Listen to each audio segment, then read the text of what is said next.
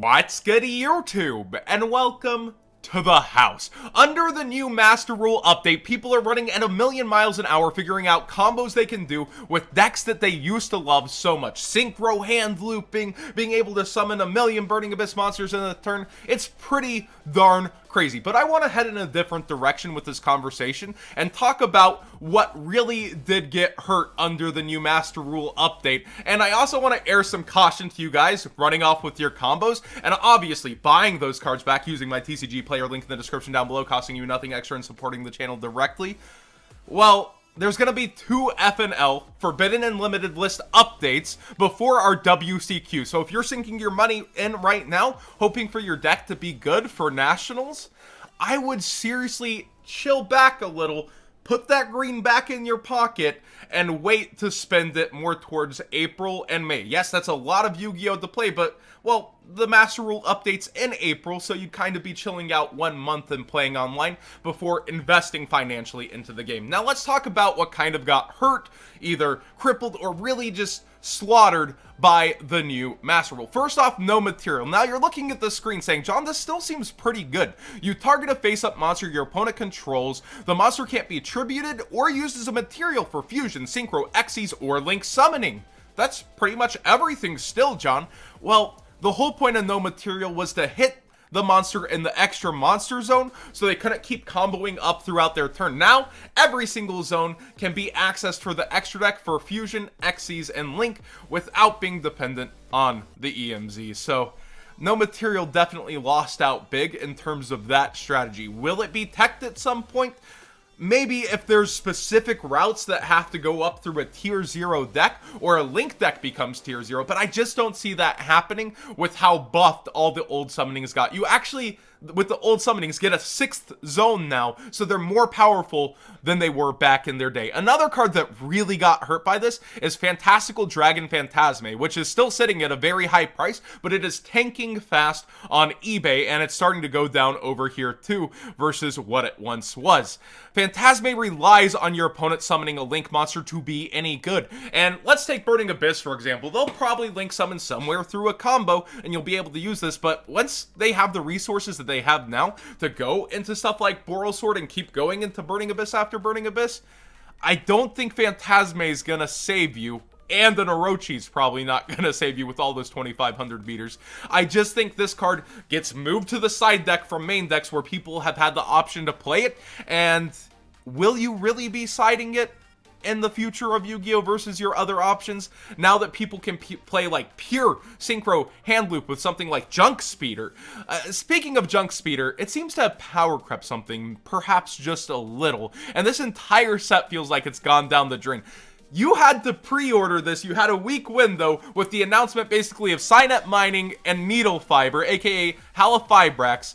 This set seems way weaker now. Those links as enablers were supposed to break you open to be able to play your strategies, and now almost every single card in here feels like it definitely went down the drain the wrong direction.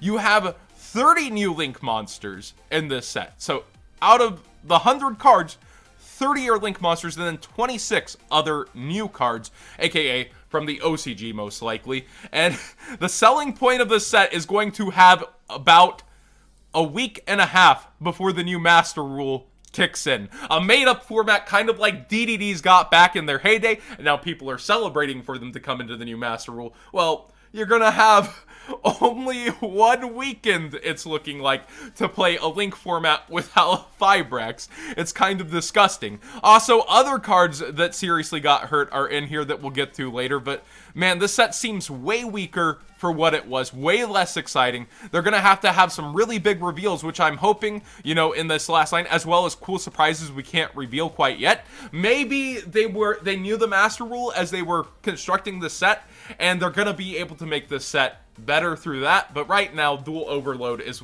looking way weaker. Something else that got hurt, just mechanically, the Extra Link. And I am so glad this is over and done. Like, this did not need to be a thing to shut the opponent out of their extra deck, to hand them an Ibly Nightmare. Like, you didn't need to be able to just shut your opponent out of their extra deck by summoning a bunch of your own monsters, and I'm glad this won't be something anymore. And it seems like through R&D they had already prevented this from being too powerful, but people were looking forward to Code Talker, Extra Link, and stuff like that. Well, I'm kind of glad it won't be a thing. Inspector Border got way weaker. Why do you ask? Well, now it's way easier to summon all these different types of monsters. You're not choked into the, versus a stun deck, just having the EMZ and then like having that somehow get restricted. You're able to just go, oh, well, my fusion didn't work, I'll make an Xyz, then I'll make a Synchro.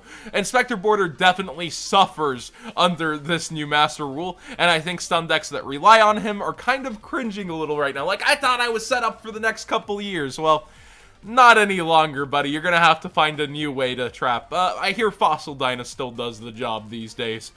Chimera Tech Mega Fleet Dragon. I literally saw a Japanese, like, funeral poster for this card.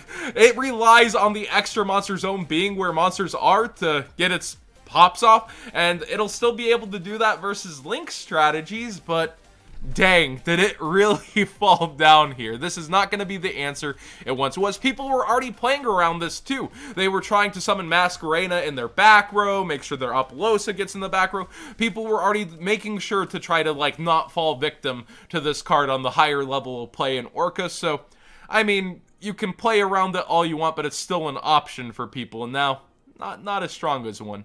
Sky Strikers got hurt a lot. John, are you sure? Because, well, they could hit it on these next ban lists. I hope they do, because Sky Striker, the engine, will still be pretty strong. But when we look at future support, such as Sky Striker Ace Rose, I was saying other cards in here would probably get hurt.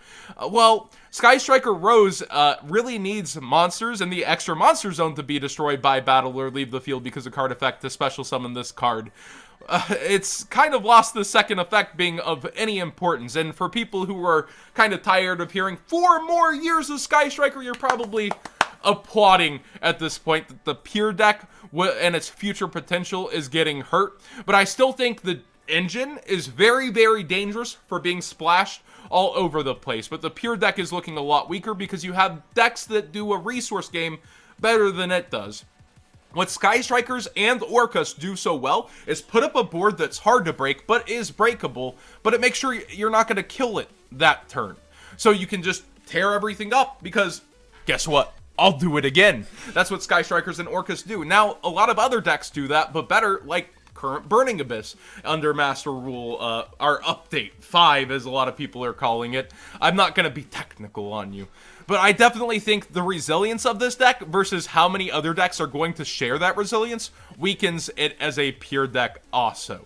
Looking through, Grin Maju's a deck I've been playing, and I think I'm going to have to move away for in favor of something like Dinosaur that takes advantage of the new Master Rule. Grin Maju, it does gain with the Dangers and Danger Engine the ability to rank 8 and rank 7 a whole lot more, which is something I sometimes wish I could do. But versus the boost that other decks got versus my deck, I feel like it's not enough, and I feel like Grin Maju is definitely going to take a bit of a backseat versus other decks. Will it still be big monster and be able to punch over stuff?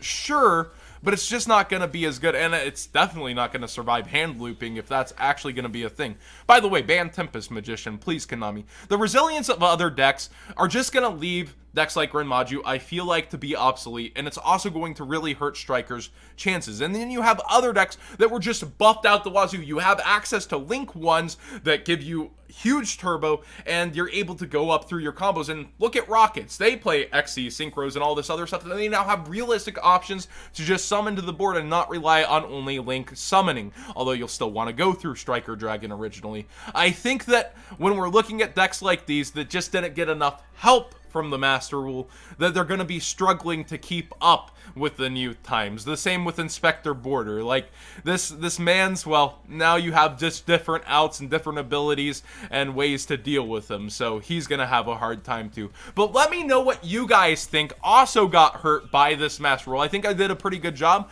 of covering a lot of options that you might have thought of, might not have thought of. Like, I've had this conversation with my stream a couple times, and I think there's definitely some things that this Master Rule had to have hecked up, but I also think that it's very exciting, and moving forward, I love the creativity process. I love how people are figuring things out, but it's worth mentioning what it did actually end up taking away in good aspects, and perhaps bad aspects for vendors. I'm sorry if you pre-ordered a lot of this, and I hope that there's some really actually cool surprises in the future.